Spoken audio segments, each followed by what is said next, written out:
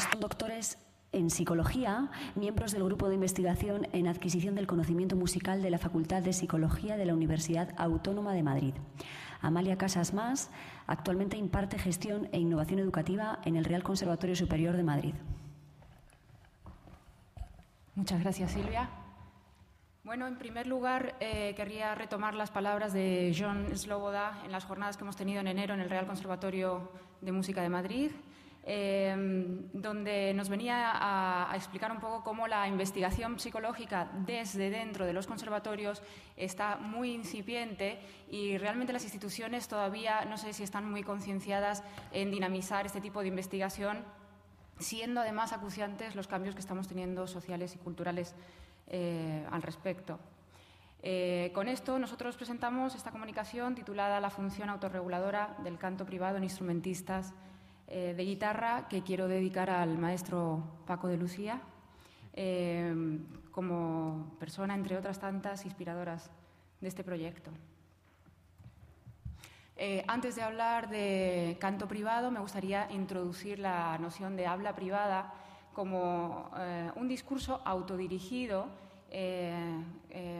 para la comunicación, la autoguía y la autorregulación de la conducta del aprendiz. Puede ser audible, pero no es intencional ni tiene ningún tipo de intención de dirigirse a otros. Según apuntan algunos autores, es una herramienta semiótica en la solución de problemas, en el aprendizaje, que sirve para todo el ciclo vital. Podemos distinguir un habla privada más internalizada, muy cercana a lo que son los movimientos y los sonidos guturales, y un habla privada en el otro polo más externalizada, que es perceptible e inteligible. El habla privada internalizada está relacionada con niveles educativos altos, cuando uno ya conoce una pieza o cuando ya uno tiene un aprendizaje más automatizado. Los procesos más externalizados suceden justo en las fases intermedias de aprendizaje y es una tarea muy difícil para aprendices noveles. Esto excede generalmente las capacidades cognitivas. Máxime en nuestras disciplinas, que son tan procedimentales, es muy difícil que articulen habla privada en los inicios. No obstante, puede ser estimulado externamente, bien por el docente, de tal forma que la dificultad de la tarea decrecería según fuera aumentando el nivel de pericia. Nuestra hipótesis es que en nuestro ámbito, en el aprendizaje musical, el canto funciona como una herramienta para el aprendizaje del instrumento de la misma forma que funciona el habla privada y que se lleva estudiando muchas décadas en cuestión de psicología. Y tiene las mismas fases de internalización. El canto se enfatizó, como acabamos de oír a los compañeros, ya desde las pedagogías activas del siglo XX, pero vienen autores a seguir insistiendo en que en el cerebro, desde la base neuropsicológica, establece una imagen musical, auditiva y creativa previa a una imagen simbólica y visual. De acuerdo a esta idea, nosotros hemos establecido un continuo entre culturas de aprendizaje musical formales y culturas de aprendizaje musical informal. En las culturas formales las vemos representadas por la cultura de la música clásica, es una cultura académica cuyo input de aprendizaje es fundamentalmente la partitura. En el otro extremo hemos situado el flamenco en comunidades de etnia gitana, que son las que hemos estado analizando y que, por supuesto, no utilizan la notación al respecto. Y en el medio, en un aprendizaje que podríamos situar como no formal, estableceríamos la cultura de jazz, que utiliza la notación básicamente de chart con el formato de esquema melódico y armónico, que ya es un cambio para el cerebro en cuanto a aprendizaje. Y luego, además, utiliza otro tipo de formatos bien conocidos, como las jam session, que estarían en ese ámbito de aprendizaje no formal. Bien, el diseño fue un estudio de casos múltiple, donde analizamos las prácticas de aprendizaje de músicos, guitarristas, con videograbación y con entrevistas pre- y post-práctica, así como entrevistas de reflexión de la práctica, donde podíamos ver lo que estaban aprendiendo junto con ellos, visualizando y comentando lo que estaba pasando por sus cabezas y sus almas en el momento de aprender. Los participantes fueron 6 guitarristas semiprofesionales, 2 de cada cultura, los perfiles fueron de cada cultura también los más puros, y seleccionados previamente con una concepción de aprendizaje más tradicional, es decir, más reproductiva o más constructiva en un formato más autorregulado. No me detengo en esa explicación, simplemente que estuvimos haciendo grabación del inicio del aprendizaje de una pieza, del medio y del final.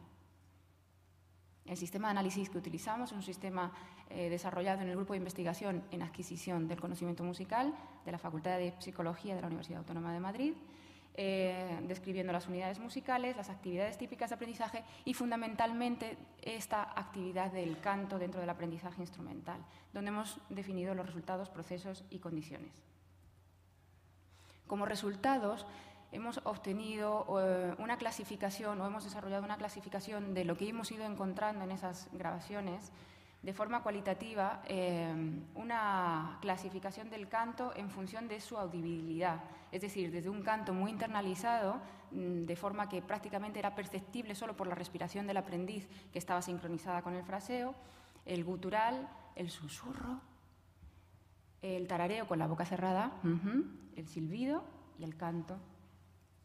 Y unas funciones de ese canto privado en función de si era una autoguía, es decir, si guiaba procedimentalmente al aprendiz en lo que estaba haciendo, o era una autorregulación más centrada en la energía que ponía el aprendiz a la hora de gestionar esa tarea, la motivación intrínseca, las ganas de continuar.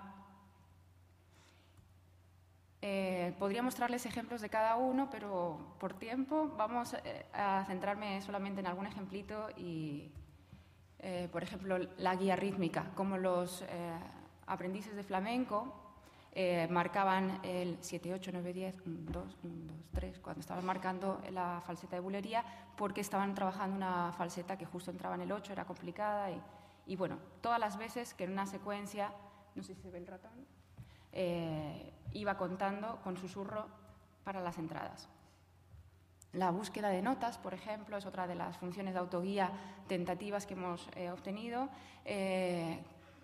Cómo el aprendiz necesita buscar en el mástil una nota que ya tiene previamente una representación mental, pero que aún así pasa por la representación cantada antes de llegar a comprender lo que está queriendo hacer en el instrumento, ¿no? Les pongo el vídeo.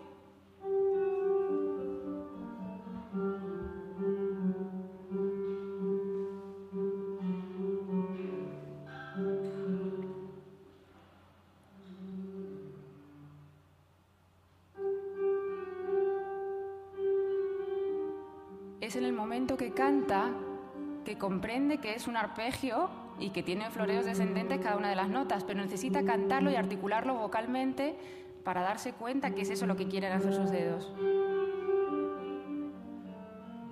Y es cuando sale. Él mismo, en la entrevista de reflexión sobre la práctica, nos decía: el canto me ayudó porque los instrumentos musicales fueron creados para sustituir el canto de tal forma que te ayude a comprender la música mejor. Otra de los ejemplitos que quería mostrarles es cómo genera la motivación intrínseca, cómo un alumno ante un bloqueo en el momento de aprendizaje tiende a cantar. En este caso vamos a ver otro aprendiz de clásico que canta para introducirse motivación.